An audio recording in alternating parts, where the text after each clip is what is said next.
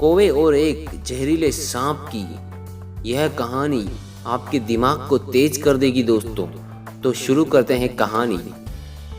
नगर के पास एक बरगद के पेड़ पर एक घोंसला था जिसमें वर्षों से एक कौवा और कौवी का जोड़ा रहता था।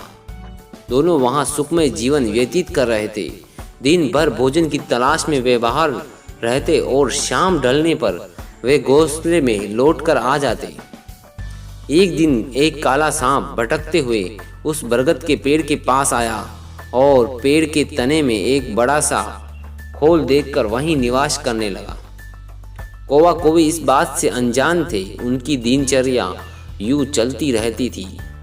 मौसम आने पर कौवी ने अंडे दिए। कौवा और कौवी दोनों बड़े प्रसन्न थे।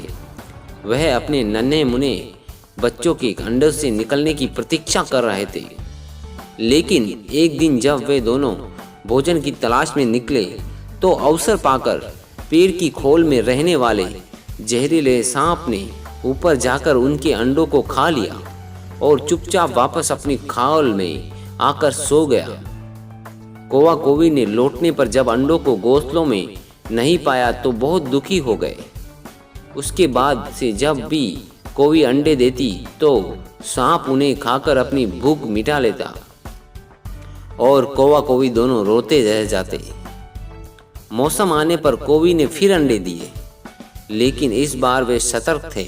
वे जानना चाहते थे कि आखिर उनके अंडे कहाँ गायब हो जाते हैं। योजना अनुसार एक दिन वे रोज की तरह घोंसले से बाहर निकले और दूर जाकर पेड़ के पास छुपकर अपने घोंसले की निगरानी करने लगे।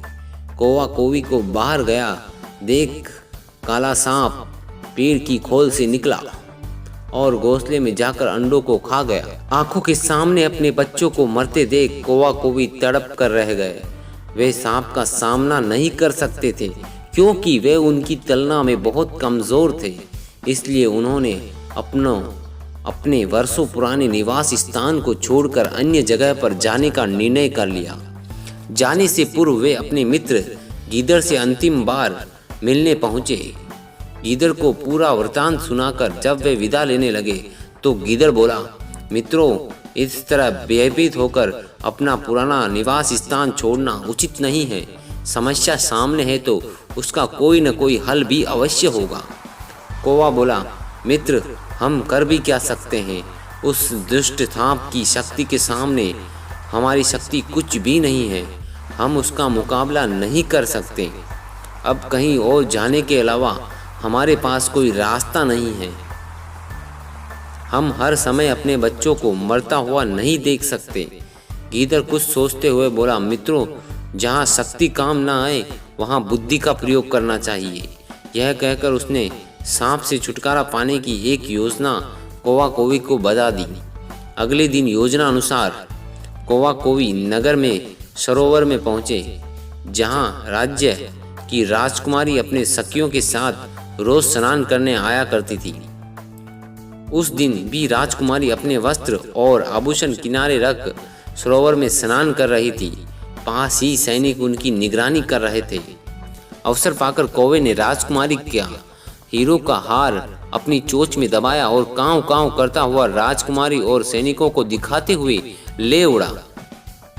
कौवे को अपना हार ले जाते देख राजकुमारी चिल्लाने लगी। सैनिक कौवे के पीछे भागे।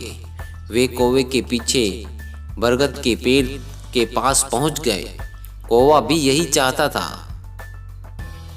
राजकुमारी का हार पेड़ के खोल में गिराकर वह उड़ गया। सैनिकों ने यह देखा तो हार निकालने के लिए उन्होंने खोल में एक डंडा डाला। उस समय सांप खोल में ही आराम कर रहा था। डंडे के स्पर्श से वह फन फैलाए बाहर निकला। सांप को देख सैनिक हरकत में आए और उसे तलवार और भालों से मार डाला। सांप के मरने के बाद कौवा कौवी खुशी खुशी अपने घोंसले में रहने लगे। उस वर्ष जब कौवी ने अंडे दिए तो वह पूरी तरह से सुरक्षित रहे। इस कहानी से हमें यही सीख मिलती है दोस्तों, जहाँ शारीरिक शक्ति काम ना आए वहाँ बुद्धि से काम लेना चाहिए।